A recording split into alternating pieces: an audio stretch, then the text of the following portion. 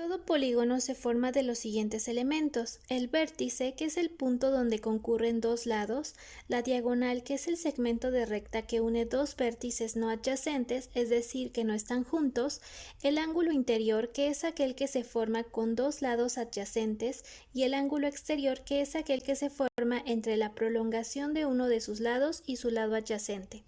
Además, un polígono siempre tiene el mismo número de ángulos interiores y exteriores como lados.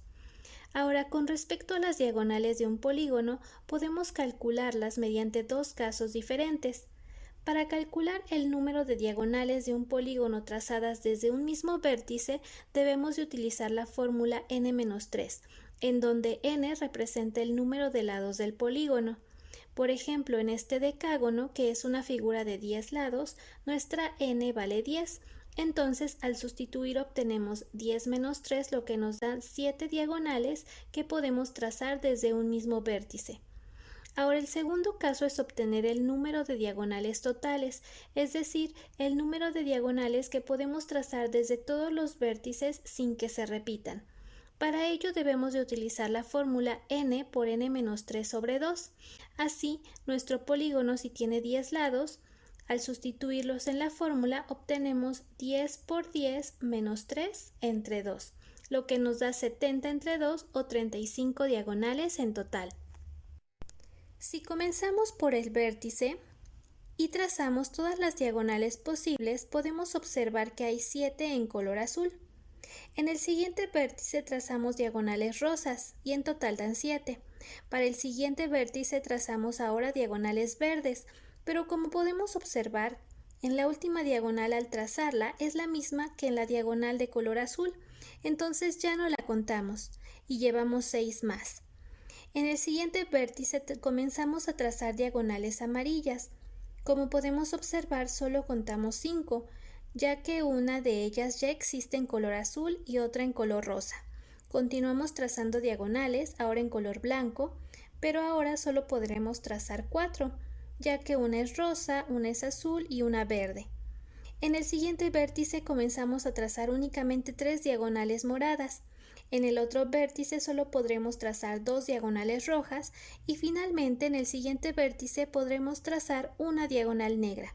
Como podemos notar, si seguimos con los vértices restantes, ya no hay manera de trazar más diagonales diferentes, así que si sumamos todas las diagonales trazadas de colores, podremos observar que en efecto son 35. Por otro lado, la magnitud de los diferentes ángulos de un polígono se pueden determinar mediante dos casos. El primero de ellos es calculando los ángulos de un polígono regular. En cualquier polígono regular, la fórmula para obtener el valor de un ángulo interno es multiplicando 180 por n-2 entre n, y para obtener un ángulo externo debemos dividir 360 grados sobre n. Es importante recalcar que en un polígono regular los ángulos externos coinciden con los ángulos centrales. Por ejemplo, retomando el decágono, que es un polígono regular de 10 lados, sustituimos en las fórmulas y obtenemos que un ángulo interno mide 180 por 10 menos 2 sobre 10, lo que nos da 144 grados, y un ángulo externo equivale a 360 sobre 10, que es igual a 36 grados. De igual manera, si trazamos el ángulo central del polígono regular, podremos observar que es igual al ángulo externo, es decir, mide 36 grados. Nota que siempre el ángulo central y el ángulo interno de un polígono regular son suplementarios, es decir, si los sumas dan 180 grados. Ahora, en general, para poder calcular el valor de la suma de los ángulos internos de cualquier polígono, no importando si son regulares o no, utilizaremos la fórmula 180 por n-2. Y recuerda que la suma de los ángulos externos de cualquier polígono, por definición, es de 360 grados. Por ejemplo, observemos este polígono irregular de 5 lados.